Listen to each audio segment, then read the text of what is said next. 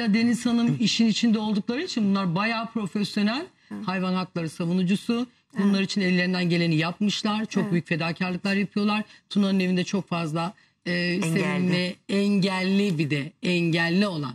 Yani görmeyen, duymayan, bir patisi olmayan, doğuştan öyle doğmuş olan ya da trafik kazası sonucu insanlar yüzünden sakat bırakılmış olan engelli hayvanlarım var benim. Sokakta yaşayamayacak. Evet.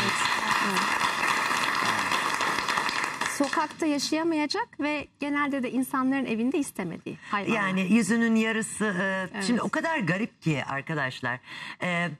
Mesela şu anda evime bir tane görüyorsundur, Baldan diye bir köpek geldi.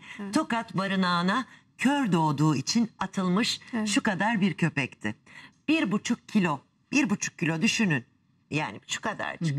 Bunu bir şekilde işte biz her şehirde bir sürüyüz aslında ve inanılmaz bir bağ vardır hayvanseverler arasında.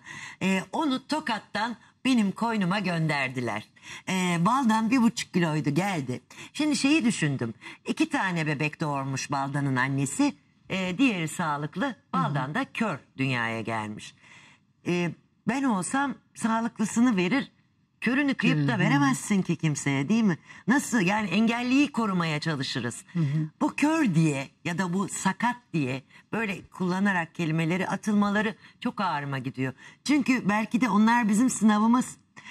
Kimin hangi surette karşımıza çıktığını bilmiyoruz. aynen aynı şeyi düşünüyorum. Yani ve Tokat'ta barınağa kör diye atılan Baldan 1,5 kilodan 7 kiloya geldi. Şimdi koynumda gayet de yaramaz bir köpek olarak 7. ayını tamamladı hayatımızda. Allah'a bin şükür.